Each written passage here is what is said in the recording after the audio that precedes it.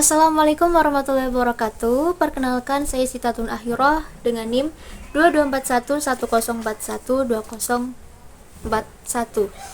dari kelas 4 PAIA. Di sini saya akan mereview film yang berjudul Ron Kroc Story untuk memenuhi tugas dari teknologi pendidikan. Film Ron Kroc merupakan film yang menceritakan tentang seorang guru yang terkenal akan kegigihannya dan kesabarannya dalam menghadapi murid-muridnya yang terkenal tidak bisa diatur dan sangat nakal. Nah, film ini diperankan oleh Matthew Perry sebagai Ron Kroc yang merupakan guru yang cerdas dan kreatif. Pada awalnya, Ron Kroc merupakan seorang guru di salah satu sekolah di Snoway Elementary School di Aurora, California. Setelah 4 tahun mengajar dan membuat siswanya mendapatkan nilai kelulusan yang sangat memuaskan, ia berniat untuk pindah ke New York. Nah, setelah sampai di New York, dia keterima bekerja di salah satu sekolah, yaitu Inner Harmon Elementary School, di mana dalam sekolah ini tuh siswa dibagi menjadi dua, yaitu ada kelas yang unggul dan kelas yang tidak bisa diatur atau kelas yang terkenal dengan anak-anak nakal. Pada saat memasuki sekolah tersebut, Ron Kroc langsung melihat keadaan kelas yang tidak bisa diatur tersebut, sehingga tidak ada guru yang mampu atau yang mau mengajar di kelas tersebut.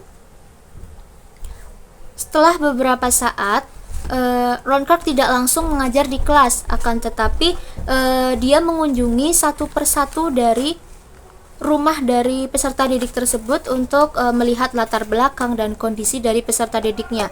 Nah, dari hasil mengunjungi tersebut, Ron Kroc dapat menyimpulkan bahwa orang tua dari peserta didik itu tidak semuanya peduli terhadap pendidikan anak-anaknya. Nah, pertama kali masuk ke dalam kelas, Ron Kroc langsung melakukan atau membuat peraturan atau rules. Yang pertama itu semua yang ada dalam kelas tersebut itu keluarga, di mana dalam keluarga itu saling membantu, saling menghormati, dan saling menyayangi antara satu sama lainnya. Akan tetapi respon dari peserta didiknya itu kurang baik karena mereka acuh tidak acuh kepada Ron Kroc dan malah terkesan tidak menganggap adanya guru dalam kelas tersebut. Nah, dalam melakukan pembelajaran tentunya tidak mulus-mulus aja karena sifat atau kondisi kelas dan kondisi peserta didik yang sangat tidak bisa diatur dan nakal. Ron Kroc juga pernah memutuskan untuk meminum susu setiap 15 detik sekali ketika siswanya itu mau mendengarkannya, sehingga dia itu merelakan dirinya meminum susu sampai merasa mual dan muntah. Nah, selain itu, Ron Kroc juga pernah jatuh sakit sebelum 4 minggu hari ujian.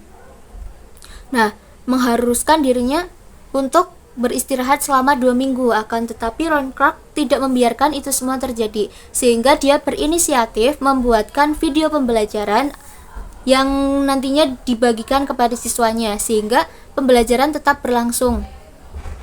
Nah, pada saat hari H ujian, Ron Kroc sangat berharap siswa-siswanya itu mendapatkan hasil yang terbaik. Nah, ternyata benar, siswa-siswa yang diajar oleh Ron Kroc akhirnya mendapatkan nilai yang terbaik, bahkan lebih unggul dari kelas unggulan. Nah, saat itu Ron Kroc mendapatkan apresiasi dari murid-muridnya dan juga kepala sekolahnya. Muridnya mengapresiasi Ron Kroc sebagai guru yang terbaik yang ada di kota tersebut. Nah, teori belajar apa sih yang digunakan dalam film tersebut? Teori belajar yang digunakan yang pertama adalah teori kognitif, yang dimana dalam teori ini itu proses belajar itu lebih penting daripada hasil belajarnya. Misalnya dalam analisis, mengolah informasi, prediksi, dan problem solvingnya. Dalam film ini, teori ini terlihat karena Mr. Kroc sangat mementingkan proses belajar murid-muridnya, yang dimana ia seringkali mengajak muridnya yang memiliki nilai B untuk mendapatkan pelajaran tambahan. Ia juga selalu memberi motivasi dan apresiasi saat muridnya mencapai sesuatu yang baru. Mr. Clark percaya bahwa hasil adalah kontribusi dari proses. Teori yang kedua adalah humanistik, yaitu memanusiakan manusia. Teori yang memperlihatkan manusia secara total, di mana Mr. Clark sangat memperlihatkan empati terhadap peserta didiknya. Ia melakukan pendekatan secara individual dengan mengunjungi rumah murid-muridnya. Mr. Clark juga mencoba untuk menyesuaikan dengan kondisi murid-muridnya dan kerap kali ikut bermain bersama murid-muridnya. Ia juga sangat sabar dalam menghadapi muridnya yang memiliki karakteristik dan permasalahan yang berbeda dan bekerja sama dengan orang tua. Mr. Clark tidak segan untuk melakukan pendekatan secara individual dengan muridnya sehingga itu yang membangun hubungan antara murid dan guru menjadi lebih baik. Nah, yang ketiga adalah teori behavioristik atau behaviorisme. Nah, dalam hal ini teori behaviorisme itu menyadari antara respon dan stimulus. Nah, dalam film ini Mr. Clark itu mencoba membuat rules yang pada nantinya dapat mengubah perilaku dari peserta didiknya. Rules yang pertama atau peraturan yang pertama yaitu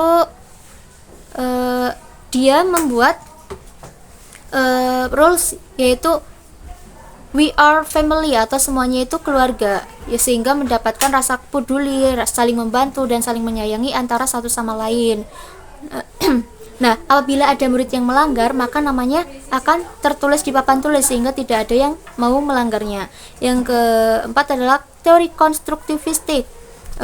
Teori ini mengakui bahwa peserta didik akan dapat menginterpretasikan informasi ke dalam pikirannya hanya pada konteks pengalaman dan pengetahuan mereka sendiri. Jadi pengetahuan dan kemampuan yang mereka miliki itu dituangkan secara mandiri oleh diri mereka sendiri. Mr. Clark tidak pernah memberi sesuatu tugas untuk memaksakan atau Mr. Clark itu pernah memberikan tugas kepada siswanya yaitu untuk membuat jurnal. Dan juga Mr. Clark itu menginterpretasikannya dalam kegiatan ketika dia meminum susu setiap 15 detik sekali ketika siswanya mau mendengarkannya. Selain itu, dalam hal penuangan materi ke dalam musik seperti rap, dalam mengingat nama-nama presiden dalam pembelajaran sejarah. Nah, itu kan siswanya jadi lebih masuk ke dalam pembelajaran tersebut. Nah, mungkin sekian pemaparan dari saya, kurang lebihnya mohon maaf. Wallahul muwaffiq ila aqwamit thoriq. Wassalamualaikum warahmatullahi wabarakatuh.